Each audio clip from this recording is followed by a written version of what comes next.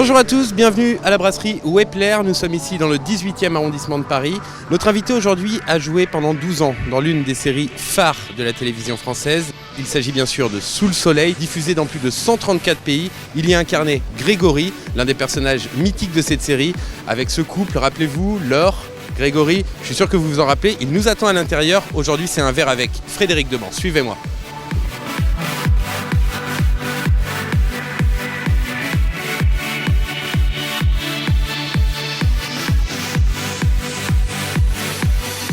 Merci beaucoup de nous recevoir ici. Tout d'abord, première question, pourquoi tu as choisi ce bar ? Parce que ça fait un peu plus de 30 ans que je viens ici. C'était ma cantine. J'avais mon agent qui était pas loin, boulevard Malesherbes. Et je venais souvent manger ici avec mon meilleur ami, Elie Kakou. Elie aimait beaucoup cet endroit parce qu'il y avait justement des petits salons comme ça où on pouvait... puis tu sais, il était très timide et très... donc c'était mon lieu de rendez-vous avec Elie. Et puis c'est le bar où j'en parle dans le livre, où je venais dans les périodes un peu creuses. C'est-à-dire dans les périodes fastes, je venais me bourrer d'huîtres, parce qu'ici c'est les meilleurs de Paris. Elles sont bien. Hein. Et quand j'avais pas de thunes, je venais boire un café, une clope en terrasse. Et c'est d'ailleurs comme ça qu'a démarré l'aventure de Sous le soleil. D'accord, pourquoi exactement ? Parce que j'étais en terrasse, je fumais une clope. Et la directrice de casting est passée en voiture, Julie Philippe. Et il cherchait désespérément le mec pour jouer ce personnage. Donc elle s'est arrêtée en bagnole et il y a tout un chapitre là-dessus où elle me demande si ça m'intéresserait de jouer dans une série à Saint-Tropez. Et moi, je sortais des Cœurs brûlés, qui avait fait le carton qu'on connaît. J'étais resté 6 mois au placard sans un rendez-vous après. Donc je lui ai dit, écoute Julie, les séries, non, c'est bon, j'ai ma dose. Et puis, quand elle m'a donné le nom de Roméo Sarfati, avec qui je venais de tourner Une famille formidable au Portugal, et avec qui il s'est passé des choses vraiment très très fortes, quand j'ai su qu'il jouait le rôle du frère, j'ai dit ok, je vais aller voir les producteurs. Avec Roméo, il passait me prendre en Harley, et on est allés tous les deux. Et voilà, on n'a même pas fait d'essai, c'était tellement évident entre nous. On va revenir justement sur tout ça, tout ce que tu viens de dire. Déjà, pour commencer cette interview, parler de ton livre, Sous le soleil, pas exactement. Juste, je voudrais qu'on revienne un petit peu sur toi. Tu es né le 18 décembre 1964 à Meaux.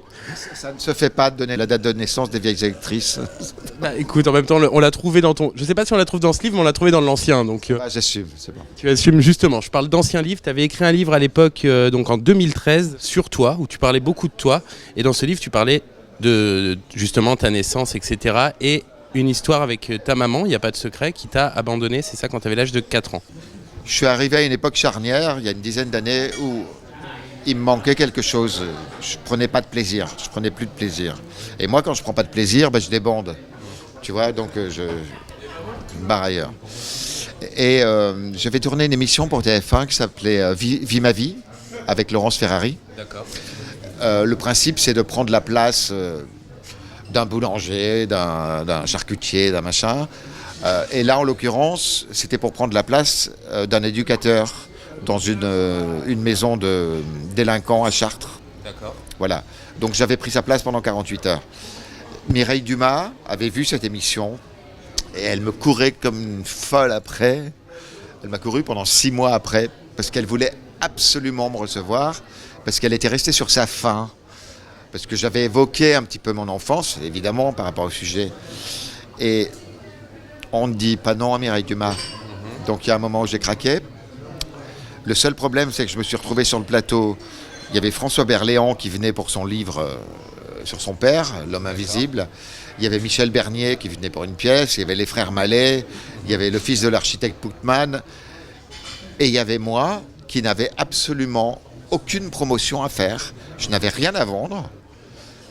Et comme ça se passe bien souvent dans ce genre de cas, tout le monde est interviewé. Et toi, tu es là comme un con, tu as les mains moites et tu te dis... de quoi je vais bien pouvoir parler. Voilà.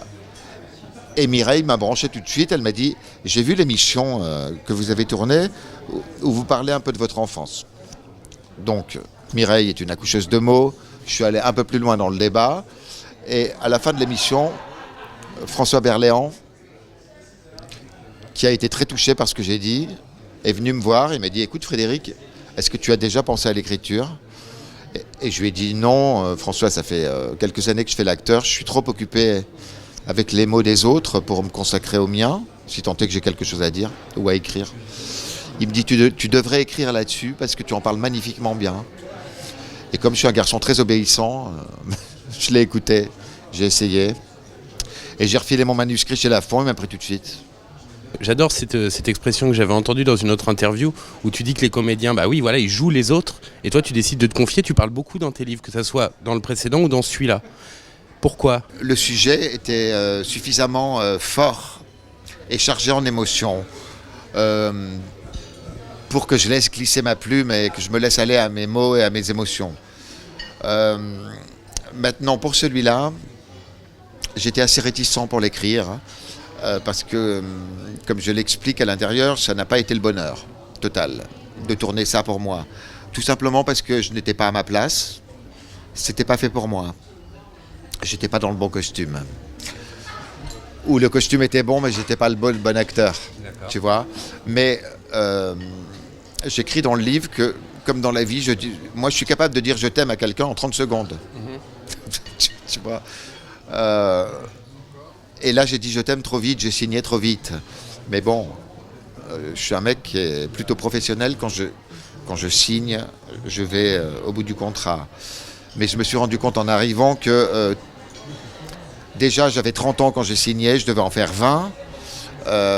Les dialogues, c'était pas du tout ça. On était dans des dialogues de post-adolescents. Le pitch, j'y croyais pas trop. Cette bande de jeunes, ils travaillent pas, ils ont des baraques sublimes, des villas sublimes. Bon, bref, j'ai fait le job. En fait, j'ai écrit ce livre parce que je me suis rendu compte que, logiquement, quand tu crées, que ce soit l'écriture, que ce soit la chanson, que ce soit la comédie, il faut que tu trouves du bonheur, tu vois. Il faut que quand tu te lèves le matin, t'es la gaule. Pardon, mais... Et là, tu l'avais pas. Sur le tournage de Sous le Soleil, tu l'avais pas. Du tout. Jamais. Je l'avais en termes de relations amicales avec mes camarades. Mais dans le travail en soi, non, ça a toujours été beaucoup dans la difficulté. Tu vois, parce que en fait, pour moi, c'était trop aseptisé. D'accord. Et moi, je suis un garçon qui est assez cérébral et c'était complètement axé sur le physique. Et là, c'était trop lisse pour moi. C'était trop en surface. Tout devait être beau, les images devaient être belles. Je devais sourire toutes les 2 minutes. J'ai horreur qu'on me dise de sourire. Je ne souris jamais en photo. Je souris dans la vie, mais pas sur commande.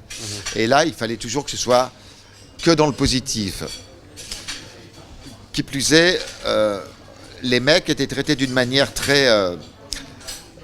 les 3 filles avaient vraiment la part belle sur ce tournage, tu vois. D'accord. Mais TF1 aime bien victimiser les mecs, en général, dans les rôles.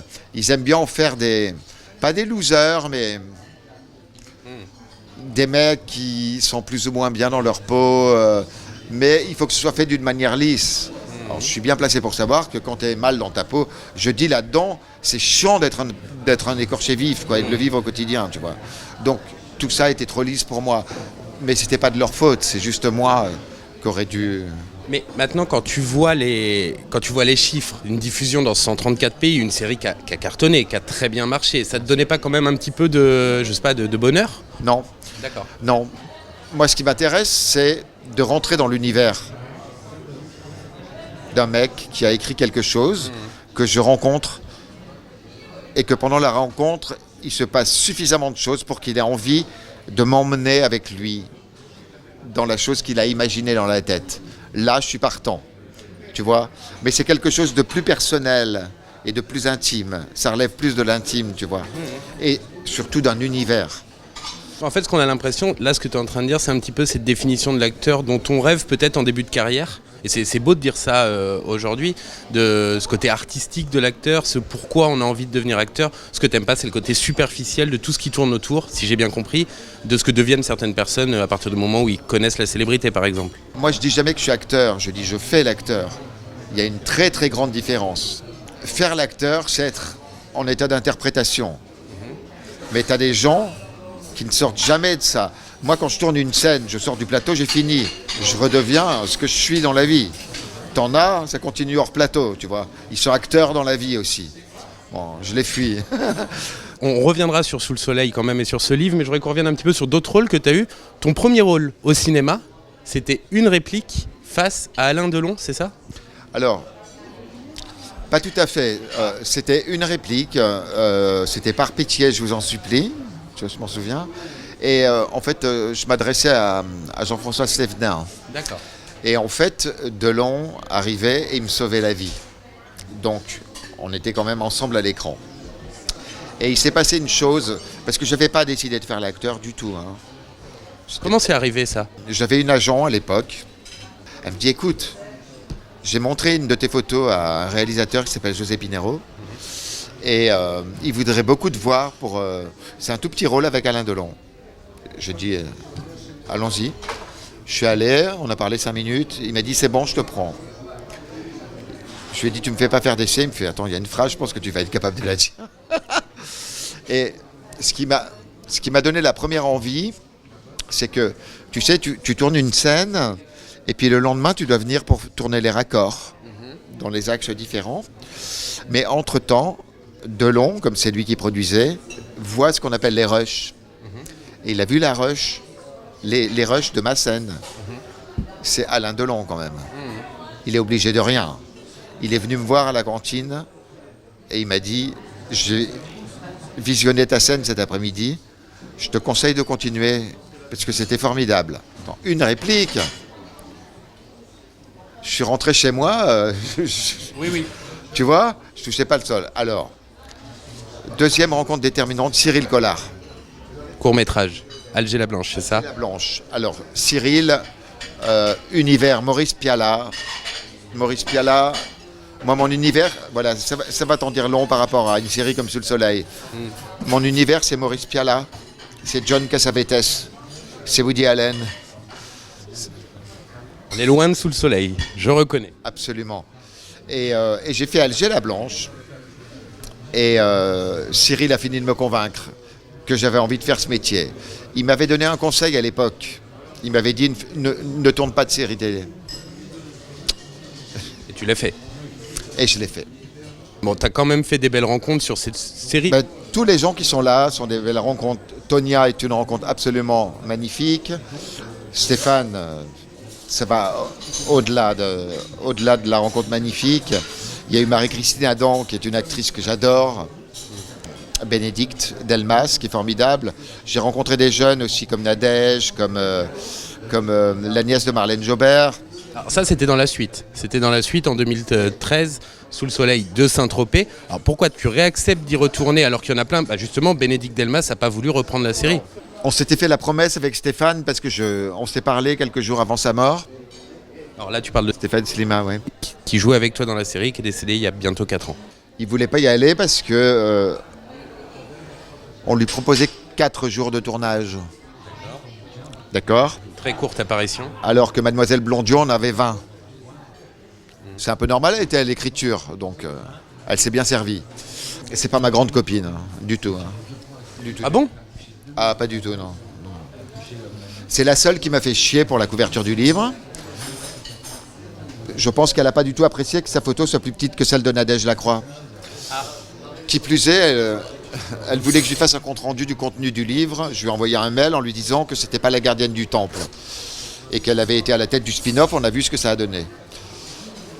Pourtant, j'avais lu que tu disais d'elle qu'elle était ton idéal masculin. Ça m'avait fait un peu sourire.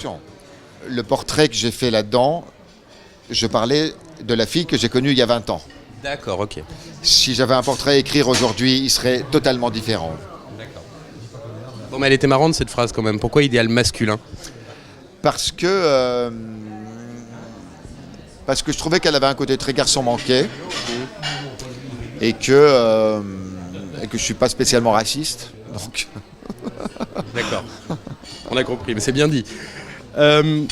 Moi, je voudrais revenir encore un peu sur ces acteurs. On a vu beaucoup de choses se dire sur Sous le soleil, beaucoup de choses se dire sur les acteurs. On aime bien toujours chercher un peu la vie des des conneries comme la malédiction. Voilà, ce mot malédiction qu'on lit partout. Mais en même temps, quand on regarde en détail, c'est vrai qu'il y en a qui n'ont pas eu de chance.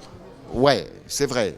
Mais si tu vas par là, Stéphane, Éric Chabot sont morts. Logiquement, sur la liste, je suis le 3e.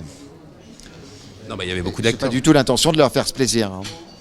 Non, mais je pense même, par exemple, Mallory Nataf, toute l'histoire qu'il y a eu autour de... Enfin, c'est elle qui est venue dire qu'elle était SDF. Déjà, c'était vrai?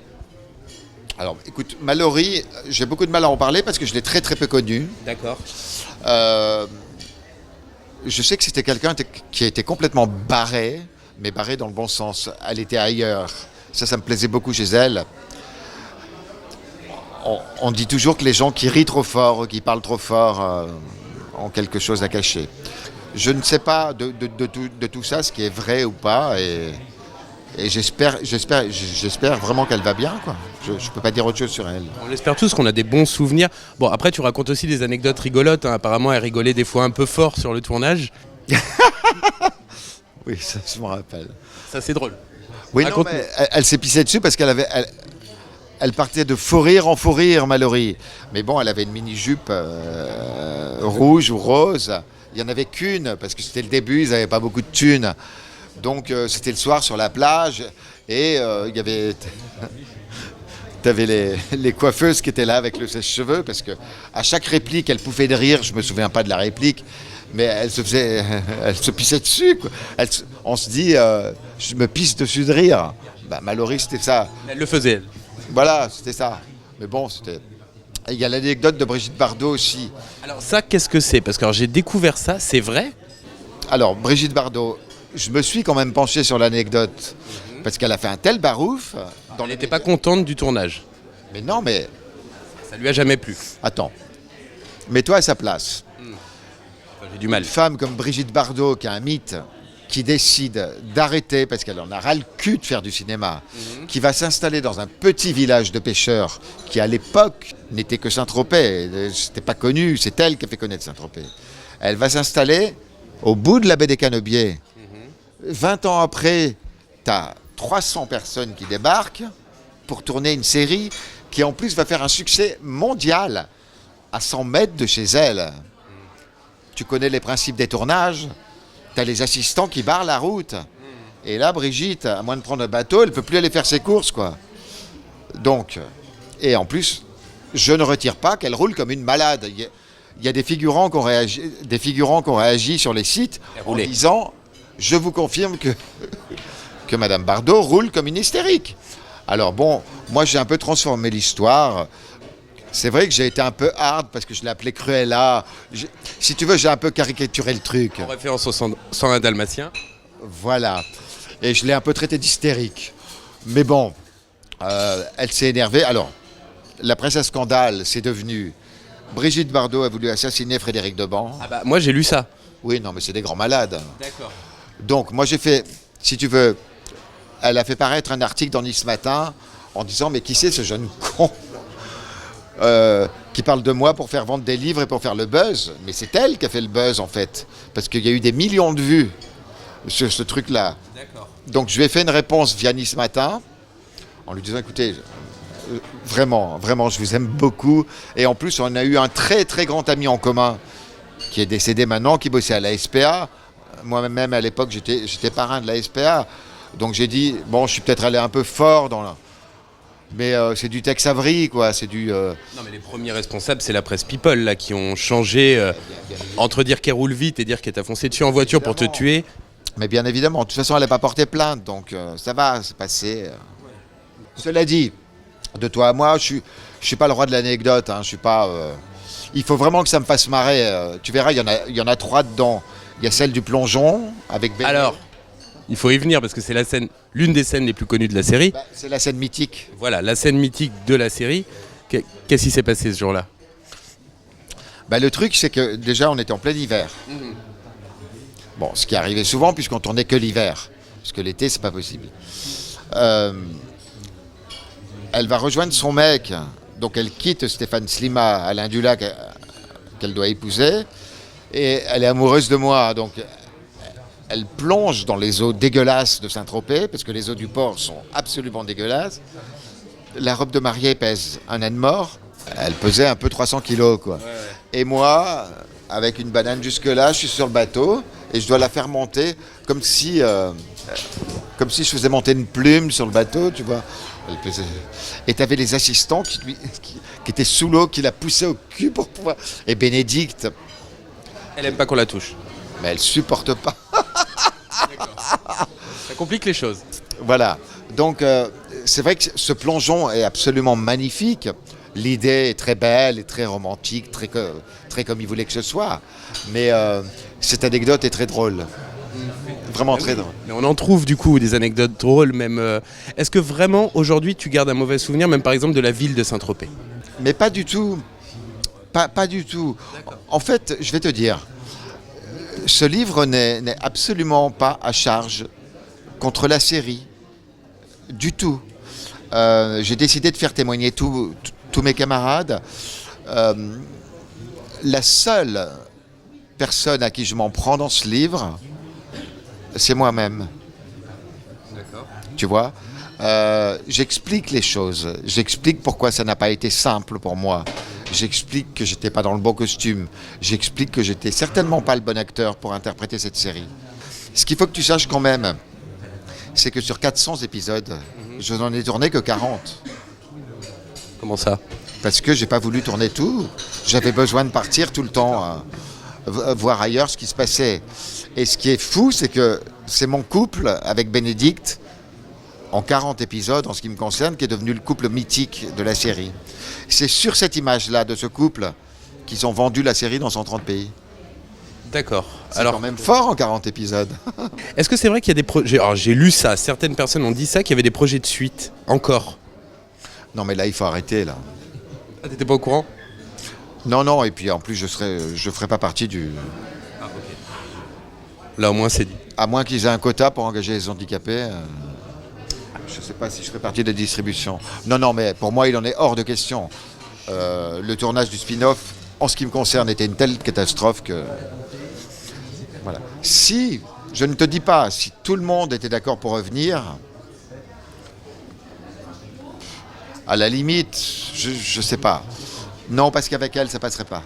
Non, j'ai pas envie de la revoir. Okay. Elle, c'est Adeline Blondiot, hein, d'accord. Je voudrais revenir aussi sur quelque chose qui t'est arrivé le jour de tes 50 ans. T'en as parlé il n'y a pas longtemps sur France Télévisions avec Sophie Davant. T'en parles dans le livre. C'est cette sourdité soudaine qui arrive le jour de tes 50 ans. Oui. Tu te réveilles et il te reste t'as perdu 100% de l'oreille droite et 30% de l'oreille gauche. Oui. Comment tu le vis sur le moment? Alors, la veille, je m'éclate sur l'album de Michael Jackson. Et le lendemain, je me réveille. Les gens me parlent autour de moi, j'entends rien. Donc, ils ne comprennent pas. Ils se mettent devant moi, ils me disent « Oh, je te parle ».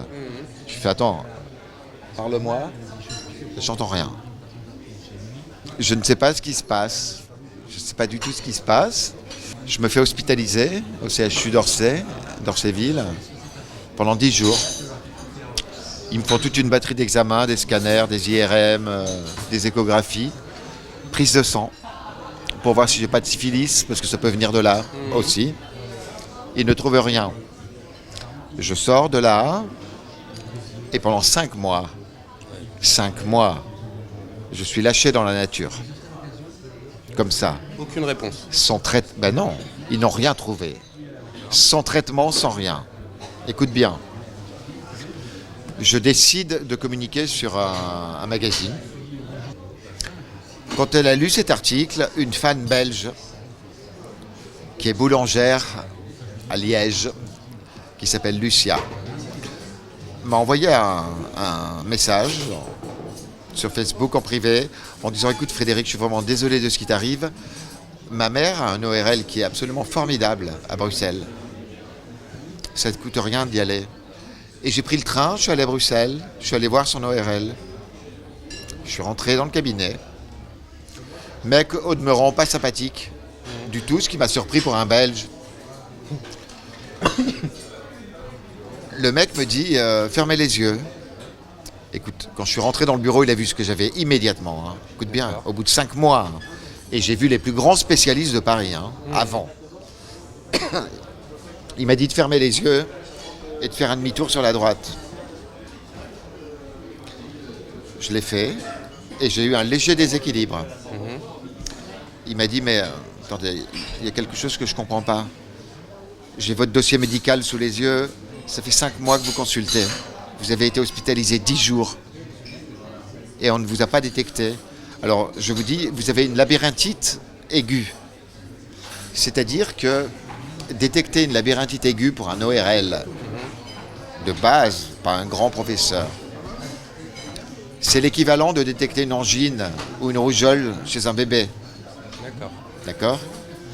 Donc, ils m'ont laissé 5 mois avec cette infection. Ça m'a détruit complètement l'oreille interne et ça a commencé à ravager l'autre.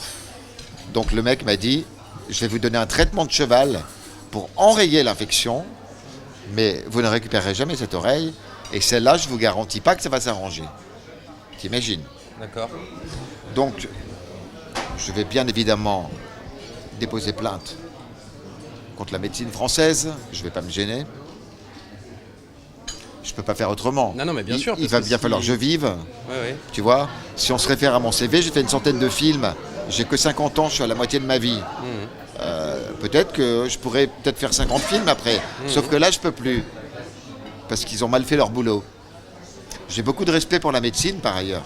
Mais là, ils sont carrément plantés, tu vois. Oui, plantés, ça a eu des conséquences. Parce que tu as continué à perdre. Exactement. Ouais. Donc voilà. Ton témoignage, il est important, parce qu'aujourd'hui, je crois qu'il y a 7 millions de personnes qui entendent très mal en France. Et finalement, il y a rarement des gens qui en parlent.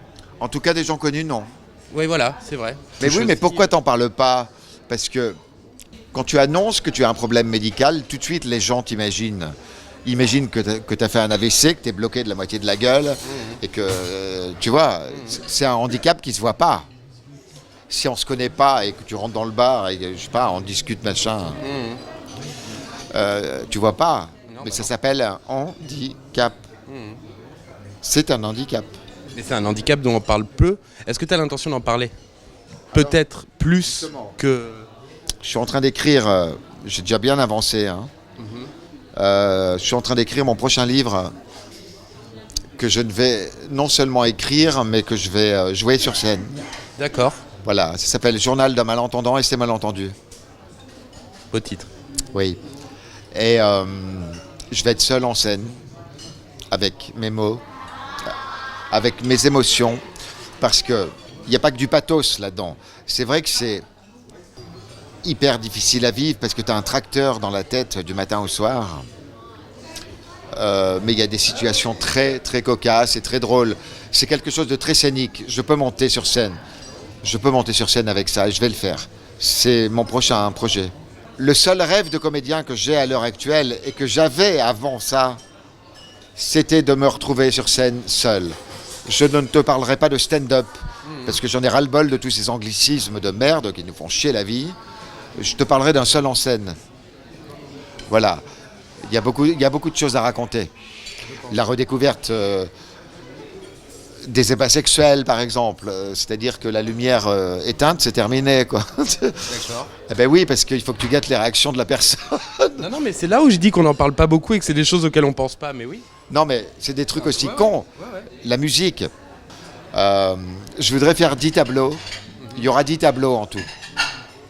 Il n'y aura pas que des choses drôles. Mais le but n'est pas de faire pleurer dans les chaumières, mais je crois que ce qui m'arrive est un signe. Parce que je suis un mec qui ne s'est jamais épargné dans la vie. Toutes les conneries possibles et inimaginables, je les ai faites et je les ferai encore. Voilà. Parce que je ne vais pas m'arrêter de vivre, parce que j'entends moins. Mais ça m'est arrivé à une période de ma vie où j'étais assez dans l'excès de tout. Et je pense que je me suis pris un coup de bâton sur la tête. Comme un rappel à l'ordre. Tu as une merde dans la tête qui s'appelle les acouphènes. Je t'explique le principe. Les acouphènes, ça te balance que des mauvaises ondes. Okay. C'est genre, tu vois un autobus qui passe, ça te dit balance-toi dessous. T'as plein de gens qui ont eu ça, qui se sont foutus en l'air. Parce que c'est juste insupportable. Ton boulot à toi, c'est de faire en sorte que le positif prenne le dessus sur le négatif. pour ça, il faut avoir des passions, il faut être occupé. Quand j'écris, je n'ai pas d'acouphènes, je ne les entends pas. Et j'imagine que sur scène, je ne les entendrai pas non plus. Tu peux tomber amoureux aussi, il paraît que ça marche très bien. C'est vrai ? Ouais. Alors on va finir sur cette belle parole et on a hâte en tout cas de voir ça sur scène et de voir le livre. Vraiment. Ça sera pour quand à peu près ? Début 2017. Merci beaucoup de nous avoir reçus ici en tout cas. Je t'en prie, c'était un plaisir. On va bu un verre avec nous, enfin un café. Ouais, je t'ai vu, je l'ai pas bu. Ouais, pas encore d'ailleurs, mais ils l'ont pas vu eux. Merci beaucoup, à bientôt, merci.